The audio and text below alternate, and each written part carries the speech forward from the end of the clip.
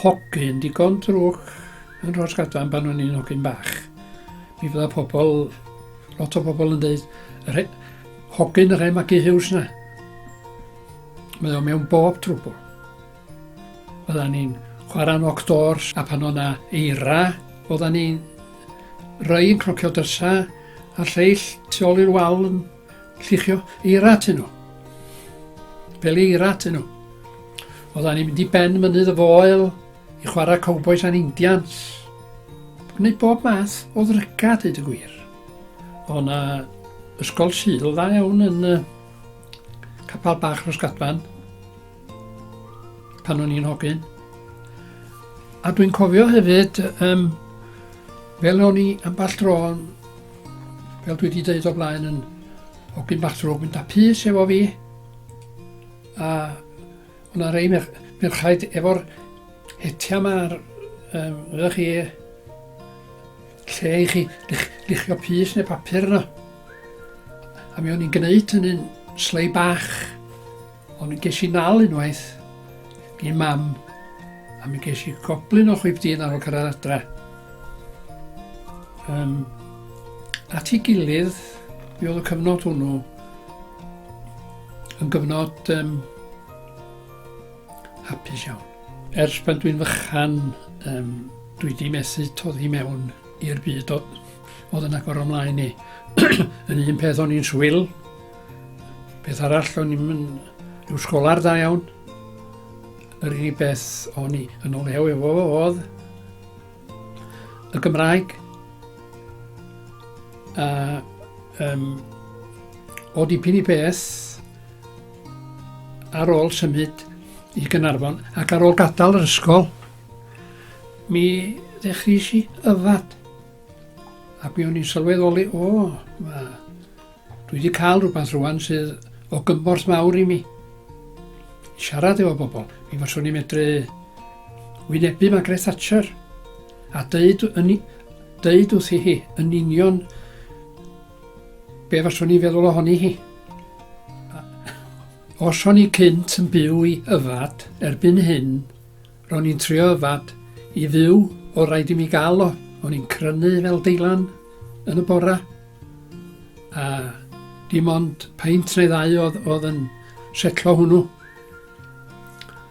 A dyma fi'n penderfynu un bora i fynd i weld y meddyg.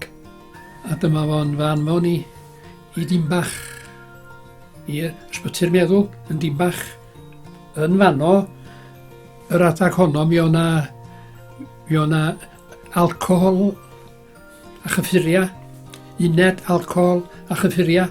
Ar ôl cyrraedd yno, a siarad efo'r doctor yma, dyma fo'n dweud wrthai yn stret.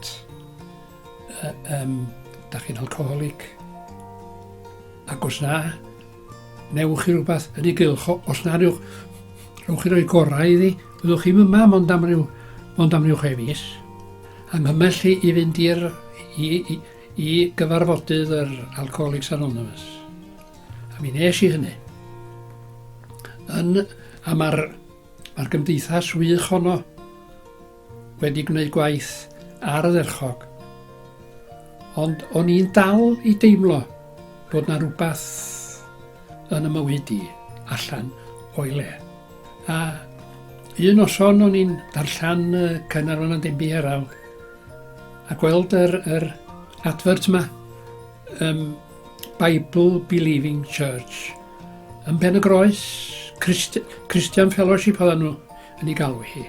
A dyma fi'n penderfynu ffonio'r pastor yma a mynd yno. Un noson oedd y pregethwr yn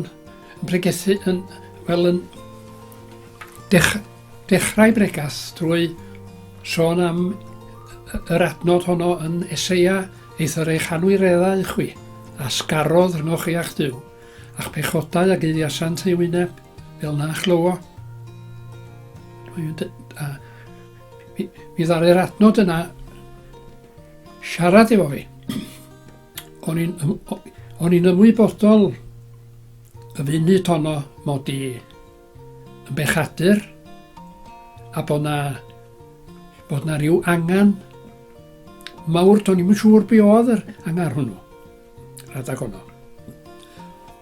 Ond dyma fo'n dod i'r testun rwan o gynno fo yn noson honno, sef cred yn yr arglwydd Iesu Grist a chadwedig fyddi. A mi ddoes i i'r casgliad yn noson honno bod Iesu Grist wedi byw bywyd glân yn yn lle fi, ac wedi marw dros y meichodau fi ac atgyfodi'r trydydd dydd i'n nghyfiawnhau.